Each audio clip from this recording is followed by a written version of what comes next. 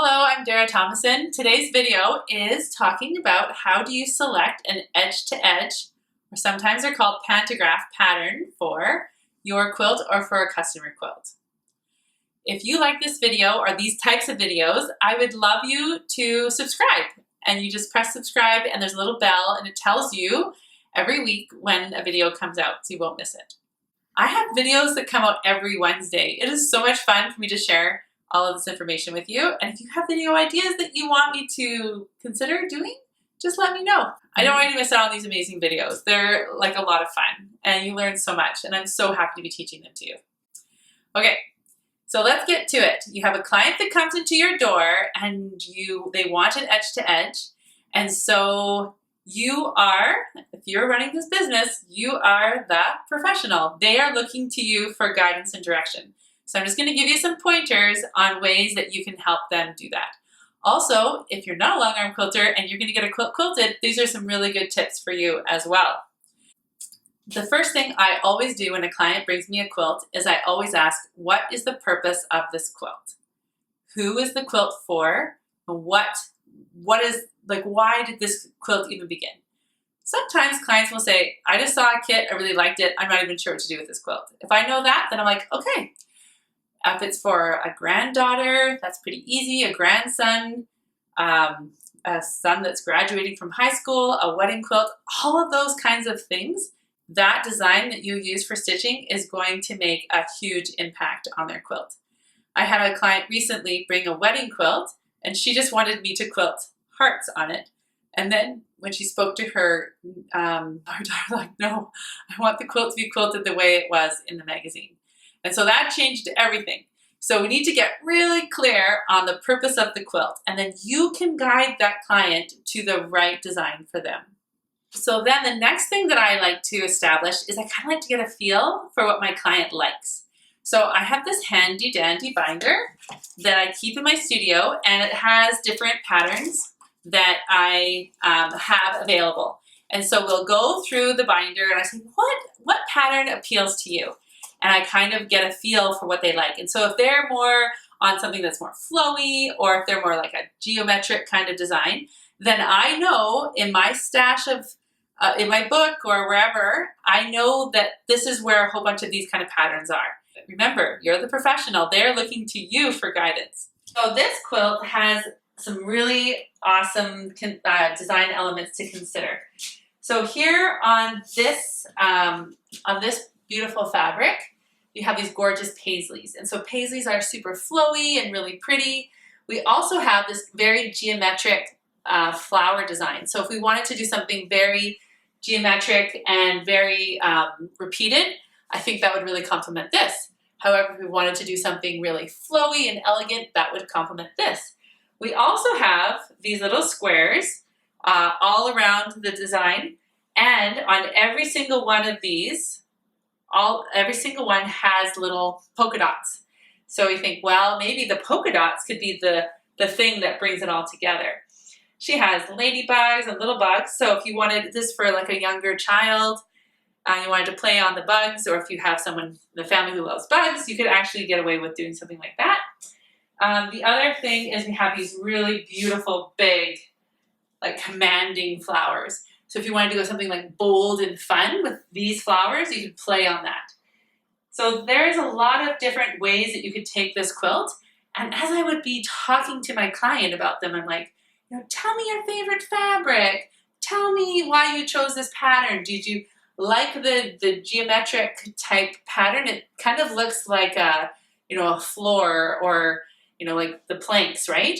Do they like that really modern look, or do you want to go with like super flowery? The other thing to consider is we have this really nice open space, and this open space is repeated on the top as it is on the bottom. So this could really highlight the beautiful stitching that is done on the machine. My clients, when they bring the quilt in, we measure the quilt and I do the math. And so I have my edge to edge price is a certain fee.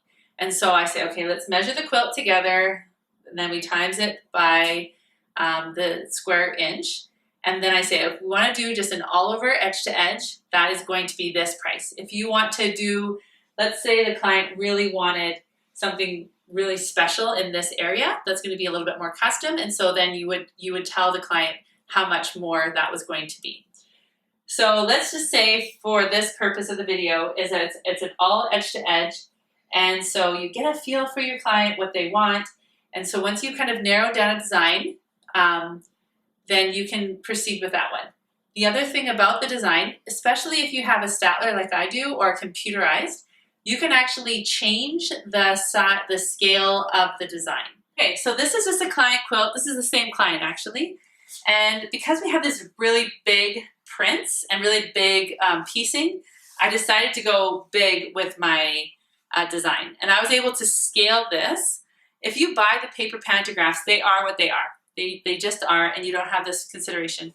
But if you have the computerized, and here I just love, you can see the design a little bit more. I just love this open space and then even the secondary design that just travels through this pattern.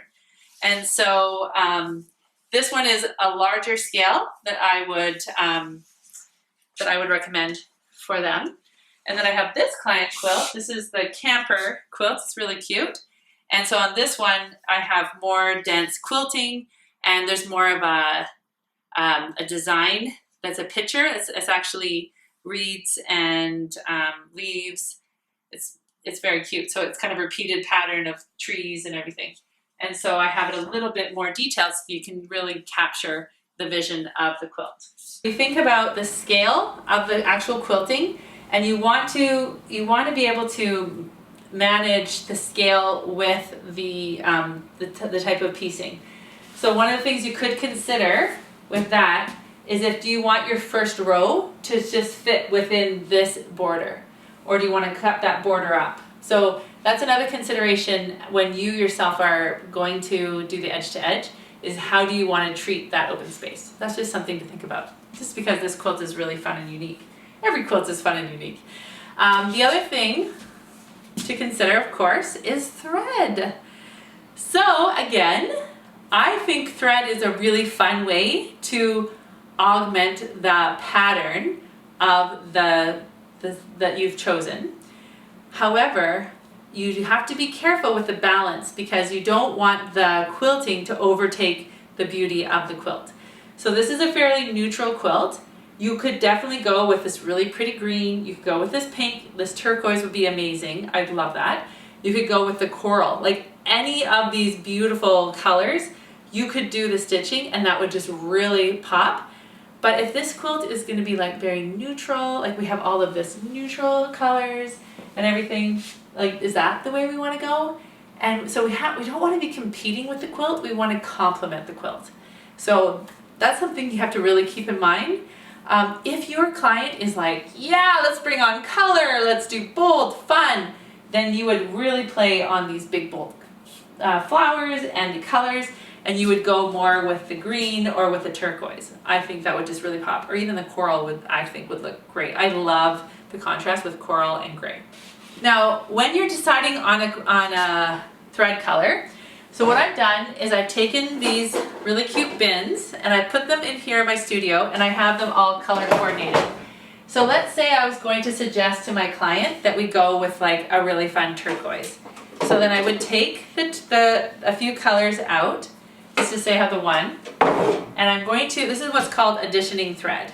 So I just take probably a meter or a couple of yards, and I'm just going to, I'm not really going to show them the whole cone, because what can happen is if they see all of this color, they could get kind of a different idea of what it's actually going to look like when it's being stitched. So that's a good idea to maybe lay them out and not really focus so much on this. You could even cover that, and then just bring this. So I'm gonna put the thread on the solid, and then I'm gonna put the thread on the colored, because I'm gonna want to see if I actually like this blue on this one with the colors. This might not be my favorite choice. I might not want to have that blue kind of competing and clashing with that. So that's another consideration. And then I would bring out my grays, or I would bring out all the other colors, and I would do the same thing. So I would addition it on the solid, I would addition it on all the different colorways, and just really make sure. So you go through all of that, And then you make a decision, you and your client, on the color. And I always write down what thread that they've chosen. Now, if your client decides that it's a color that because we as quilters, we've got a pretty good grasp about color and contrast. And if you don't really think that that's going to be so good, you can counsel them and say, this is not my recommendation. I'm not sure if you would be completely happy with this. And if they are insistent, then I would say to them, I'm going to write this color on the work order, but again, I'm going to say this is not my recommendation. And if you're not happy with it, that's, it's basically your choice. So that just takes a lot of that pressure away from you in that situation. But just keep very professional about it, and that's fine. So the other thing I think about with that is there are times when I drive through neighborhoods and I see different colors of houses, or even when I'm driving on the highway, I see different colors of cars that I personally would never choose. And they love those colors. And so this is a creative industry. It's a creative this is a creative space. And so we want to make our clients happy, and this is a way that we can, work with them, but it doesn't mean that we have to do it exactly our way every time. It's a collaboration. Now, you can come along with me in helping me decide what pattern I'm going to select for my client. Okay, so I have 5 different threads. So I picked out 2 different shades of gray. I did this really fun turquoise. I did a green that matches really nicely with that one. And then I have kind of this fun pinky corally color. And so as you lay these out, especially on the solid gray, you can really see the contrast of those colors. And so when I look at these, then I can get a really good idea of what I think is going to really pop, if it's going to complement it. Now, when the client came, she actually dropped off 4 quilts at a time, and she was in a bit of a rush. And so this is something that's really fun for me, to be able to decide what I want. And so when I asked her what the purpose of this quilt was, she just bought the kit. She doesn't actually know where it's going to go. So I feel like I need to keep it fairly neutral, because she doesn't have anyone specific in mind who is going to get it. So my decision is the lightest gray possible. And this just really blends nicely, and it's going to really complement the design that I choose. So what color would you pick? Leave it in the comments below. So here are the 2 different shades of gray, the turquoise, the pink, and then the green. Okay, so when I looked at all the different designs and kind of auditioned them in my mind and on the quilt, the best pick for this quilt, especially because it's built like a wood plank, you want to stay away from really geometric designs, because if it's going to hit a line and it's not going to hit it the right way, it's not going to look good. So I'm going to go with an all over, really pretty design. I can't wait for you to see it. Okay, so thank you for joining me in this video. I'd love to hear what you think. Leave your comments below. You can always connect with me on Dara Tomasson on Instagram, on my website, www.daratomasson.com, Tomasson. And again, if you have other suggestions and things that you want to learn, just put them below. I read all the comments. I appreciate all of your feedback. Have a wonderful day.